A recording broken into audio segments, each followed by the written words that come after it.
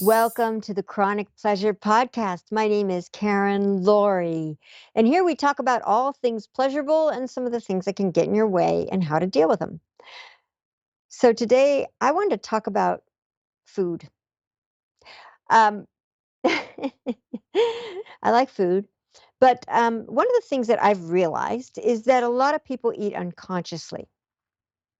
When you eat unconsciously, it's usually because you're in some sort of subconscious pattern. And a lot of times when people eat unconsciously, they're eating things that they either don't want to eat or they're eating too much or they're eating too fast. Most people don't even chew their food enough. Uh, I say this with humor, but most, like if you watch a TV show, if you watch a commercial, even if you watch a cooking show, they basically take the food, swallow. That is not enough chewing. Chewing is the actual first part of digestion. And so if you chew your food till it's liquefied, it will actually tell your body how to digest it in the most important way. But I was in the grocery store. I have a lot of grocery store experiences because that's where I go a lot. So I was in the grocery store and I was buying these organic, regeneratively farmed, biodynamic eggs. And they're these special eggs done by this special farm that was in this movie called The Biggest Little Farm. And it's a really cute movie. And the farm is near my house. And they were supplying my grocery store just on Saturday morning. So you had to get there early. And it was a tricky thing. So I gotten the eggs, and the person who was handing them to me, because they didn't even keep them in the case, you had to ask for them. The person that was handing them for me said, "Do you know this is $20?" And I said, "Yes, I do." So it's $20 for a dozen eggs. And the guy, there was another guy kind of near me, and he goes, "If my mama saw me buying those eggs, he'd whoop my ass. $20 for eggs?" And I looked at him and I said, I totally understand that, but I'm not just buying the eggs. I am supporting a farm that does something that I think is important. It's not using any pesticides. It's not using any GMO. It's using wildflowers and animals and all sorts of creatures to help create an organic, biodynamic, regenerative farm. So not only am I paying for the organic food and paying for the chickens that have made these eggs that are more nutritious because they've been eating in different places. They move the animals around. I've also voting with my dollars for a greener world, voting with my dollars for more organic food. And he looked at me and he had a tear in his eye. And it was funny because he was like an older man. And anyway, it was just funny. He had like a little tear in his eye, and he said, "You got any more of those in the back, ma'am?" To the woman who worked at the store. And she said, "I'll be right back and I'll let you know." And she came back and she brought one. He goes, "Damn, I'm going to buy this. My mama might whip me, but I don't care. I like what you said." And it really impacted me in a beautiful way because I don't eat organic food just because it makes me healthier, just because it tastes better, just because I don't want the chemicals in my body. I also don't want the chemicals in the world. So I'm supporting you when I invest and pay a little bit more for something organic. You're supporting me when you buy something organic. I don't anymore eat anything processed. If it has ingredients in it that I do not understand, that are chemical in nature, I don't eat it. I don't eat anything that is fast food. In fact, I love cooking because I've become a really good cook because I value food so much. And when you chew your food slowly, you actually taste it better. The other benefit that happens when you chew your food slowly is that there's a part of your brain that tells your body when you're full. When most people eat fast or they eat unconsciously, they can't even perceive that part of the brain because they've finished or they're eating past before that part of the brain can even get activated. They've eaten more than fullness before that part of the brain can get activated. It usually takes like 15, 20 minutes before that part of the brain can let you know, hey, you're getting full. So that's another benefit of chewing slowly. I do not own a television. I do not watch television while I'm eating. I want to be present with the food. And the reason I say this is because I had an experience. I was meditating once. This is a long time ago. And I was meditating and I was in a hotel room and they had brought up something. And one of the things that they brought up were these spring peas. And when I finished meditating, the food arrived and I put the spring pea in my fork. I had one spring pea there and I looked at it and I thought, the guy who delivered it to my room, the people who made it in the kitchen, the people who trucked it to the kitchen, the people who planted the seeds, the people who harvested it, the people who cared for it, the people who cleansed it, the people who shipped it, all of these people had put their intention into that pea pod. And I sat there and I started sobbing and I realized how every bit of food is filled with a whole line of people and earth and creatures. And for me, in that moment, and maybe it was just because I'd been meditating, but now I know it to be a truth, I perceived that all as love. And I saw that this pea was a symbol, and it was itself love.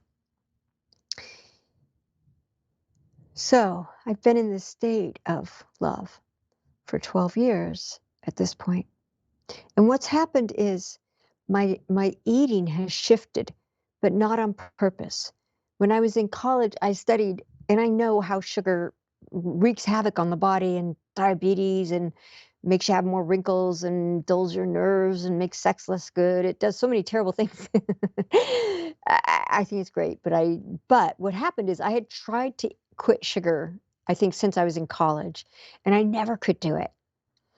But as I was in this place of being in a state of love, my heart being full all the time, and me perceiving people through the eyes of love, I started to see how every person was so sweet.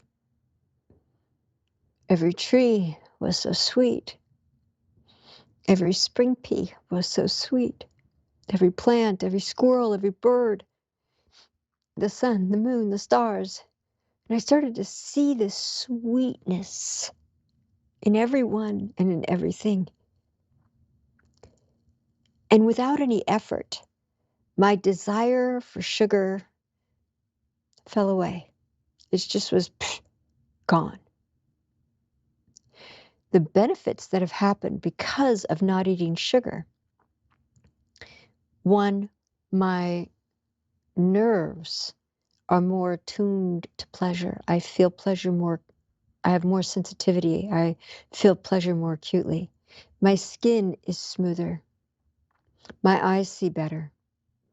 My blood sugar is stable. And I just have more physical energy. I sleep better. I don't have that up and down thing. I'm just like happy all the time. I used to have hypoglycemia. I don't have it anymore.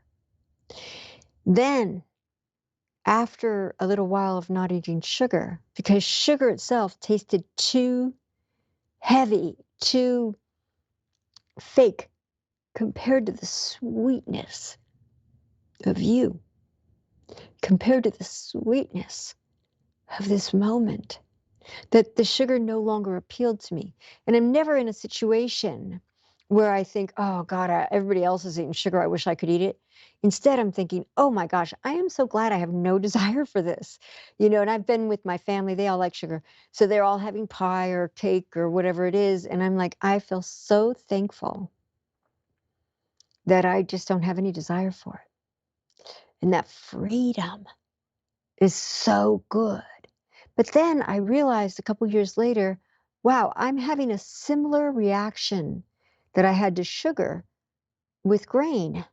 And I saw that every time I was eating grains, I'd get tired.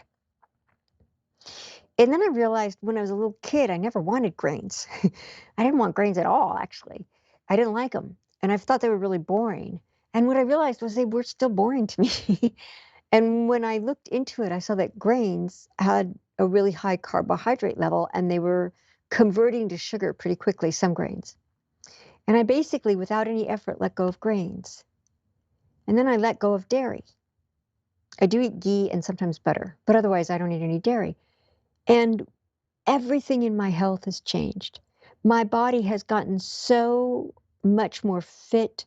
I have more muscle. I have much less body fat. I have appropriate amount of body fat, but not a lot. I didn't really gain weight. Actually, I mean, I didn't really lose weight because I never had weight to lose, but I've gained more muscle. So I actually weigh more and I gain more muscle. My energy, like I said, is steady. I don't have any blood sugar issues. And what I really like is that I'm supporting the earth by eating everything whole, everything that is pure, everything that is organic, everything that nourishes me. So nothing I eat contributes to the companies that create GMOs. Nothing I eat contributes to the companies that create pesticides. Nothing I do contributes to them. And so I invite you, you could do whatever you want, but I invite you, there's so much more about this, and we only have a short time, but there's so much more about this. But practice chewing your food slowly. Practice turning off the TV or the computer and just actually being present with what you're eating, being aware of it, being conscious while you eat.